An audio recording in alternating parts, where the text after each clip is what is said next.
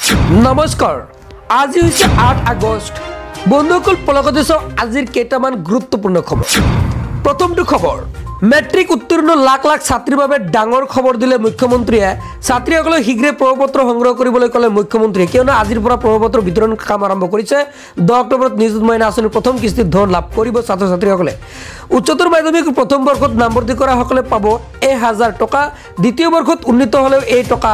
পাব অৰ্থাৎ প্ৰতি মাহতে 1000 কৈ লাভ কৰিব স্নাতক নামভৰ্তি কৰা ছাত্ৰীসকলে পাব 12500 টকা বিশ্ববিদ্যালয়ত পঢ়িলে 2500 টাকাকৈ পাব প্ৰতি মাহে ঘোষণা মুখ্যমন্ত্ৰী হিমন্ত বিশ্ব শৰ্মা ছাৰৰ পৰৱৰ্তী খবৰ বাংলাদেশৰ ঘটনাই চিন্তিত কৰিছে অসমক এই কথা মুখ্যমন্ত্ৰী হিমন্ত বিশ্ব শৰ্মা ছাৰ বাংলাদেশত বিগত 10 পৰা 15 বছৰ চৰকাৰী ব্যৱস্থা উত্তৰ পূব সুৰক্ষিত আছিল বুলি উল্লেখ কৰিছে বাংলাদেশৰ অস্থিৰতাই আমাক চিন্তাত পেলাইছে বুলি মুখ্যমন্ত্ৰী মন্তব্য কৰিছে বাংলাদেশৰ নৱনিৰ্মিত চৰকাৰৰ লগত আলোচনা কৰিব লাগিব বুলি উল্লেখ কৰিছে বাংলাদেশত যাতে উগ্ৰবাদৰ ঘাটি স্থাপন নহয় 2041 পৰা 45 চনত অসমত সংখ্যালঘু হ'ব হিন্দু সমাজ তেতিয়া কেনেকুৱা পৰিবেশ হ'ব ইয়াকে লৈ চিন্তিত হৈছে মুখ্যমন্ত্ৰী বাংলাদেশৰ ঘটনাই চিন্তিত কৰিছে অসমবাসী পৰৱৰ্তী খবৰ এয়াৰটেল জিঅ' ভিআইৰ পৰা অনুষ্ঠিত জনতাৰ বাবে ভাল খবৰ দেখত বাঢ়িছে বিএছএনএলৰ প্ৰতি আধৰ বিএছএনএলে দিলে নতুন ভাল খবৰ হয় বিএছএনএল লৈ আহিছে ভাল খবৰ 15 আগষ্টত বিএছএনএলে মুকলি কৰিব 4G সেৱা প্ৰথম অৱস্থাত অন্ধ্ৰ প্ৰদেশৰ কেইবাখনো চহৰত মুকলি কৰিব এই সেৱা ইয়াৰ পিছতে 5G নেটৱৰ্কৰ বাবে সাজু হৈছে বিএছএনএল কোম্পানীয়ে ইতিমধ্যে বিএছএনএলৰ প্ৰথমটো 5G ভিডিঅ' কল কৰিলে কেন্দ্ৰীয় মন্ত্ৰী জ্যোতিৰাদিত্য সিন্ধিয়াই দ্ৰুত হ'ব বিএছএনএলৰ ডাউনলোড প্ৰক্ৰিয়া অক্টোবৰৰ ভিতৰত দেশত সম্পূৰ্ণ হৈ উঠিব 80000 নেটৱৰ্ক টাৱাৰ চলিত বৰ্ষতে আৰম্ভ হ'ব বিএছএনএলৰ 5G সেৱা পৰৱৰ্তী খবৰ ঘৰতে বহি আপুনি অৰ্ডাৰ কৰিব পাৰিব বিএছএনএলৰ সিম কাৰ্ড হয় এতিয়াৰ পৰা সিম কাৰ্ড আপুনি ঘৰত বহিয়ে prune.co.in ত গৈ অৰ্ডাৰ কৰিব পাৰিব সিম 90 মিনিটৰ ভিতৰতে আহি পাব আপোনাৰ সিম কাৰ্ড অসম আৰক্ষী আৰু বন বিভাগত দিয়া হ'ব নতুন নিযুক্তি পৰৱৰ্তী খবৰটো হৈছে ডাঙৰ খবৰ অসমবাসীৰ বাবে বন বিভাগত 60 নতুন জোৱান নিযুক্তি দিব ৰাজ্য চৰকাৰে ফেব্ৰুৱাৰী মাহৰ ভিতৰত দিয়া হ'ব নিযুক্তি প্ৰক্ৰিয়া প্ৰতি বছৰে নতুন যুৱকক আদৰণি জনাব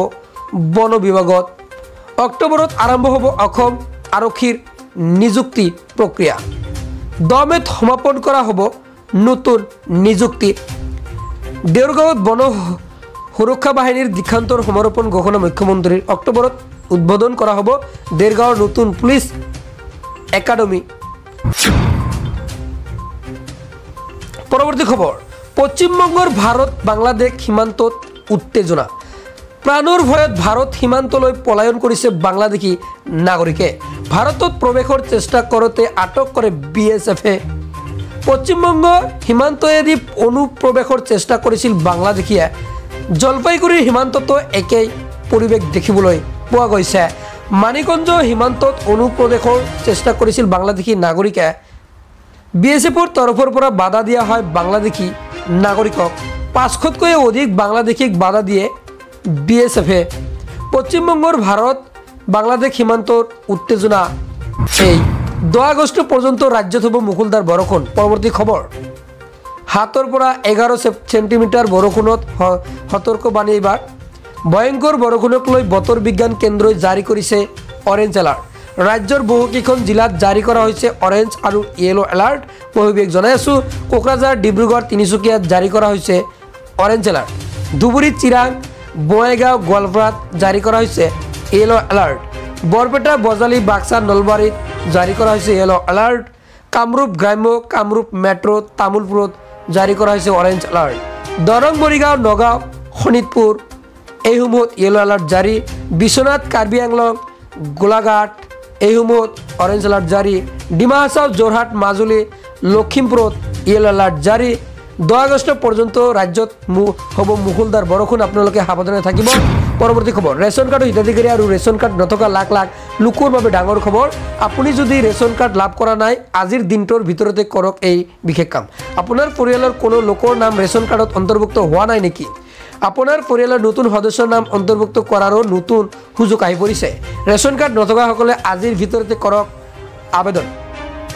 নতুন ৰেচন কাৰ্ড কোনে কোনে লাভ কৰিব আৰু কিদৰে কৰিব আবেদন সবিশেষ মই জনাই আছোঁ। e-shram.gov.in পৰ্টেলত পঞ্জীয়নভুক্ত আবেদনকাৰীয়ে আবেদন কৰিব পাৰিব ৰেচন কাৰ্ডৰ বাবে। 2021 পৰা 23 আগষ্টৰ ভিতৰত উল্লেখিত পৰ্টেলত পঞ্জীয়নভুক্ত হ'ব লাগিব। 4 লাখ টকাৰ ভিতৰত বাৰ্ষিক উপাৰ্জন থকা প্ৰতিটো পৰিয়ালে কৰিব পাৰিব আবেদন। আপোনাৰ সমীপৰ সুলভ মূল্যৰ দোকানীৰ পৰা আজিয়ে সংগ্ৰহ কৰক প্ৰমাণপত্ৰ। আজিৰ ভিতৰতে শুদ্ধ আৰু সত্য তথ্যৰে প্ৰমাণপত্ৰ পূৰণ কৰি জমা দিয়ক। জিলা মহকুমা খাদ্য আৰু গ্ৰাহক পৰিক্ৰমা বিভাগৰ কাৰ্যালয়ত জমা দিব পাৰিব এই প্ৰমাণপত্ৰ। নতুন সদস্যৰ অন্তৰ্ভুক্তিৰ বাবে তথ্য পাতি যোগান ধৰিব লাগিব বিভাগীয় কৰ্তৃপক্ষই। গাঁও পঞ্চায়তৰ জৰিয়তে প্ৰত্যায়িত হোৱাৰ পিছতে অন্তৰ্ভুক্ত হ'ব নাম। EKYC কৰাৰ সময়তো কৰিব পাৰিব এই কাম। আবেদন প্ৰক্ৰিয়া সম্পূৰ্ণ হোৱাৰ পিছতে নতুন সদস্যই লাভ কৰিব 5 কেজিকৈ চাউল।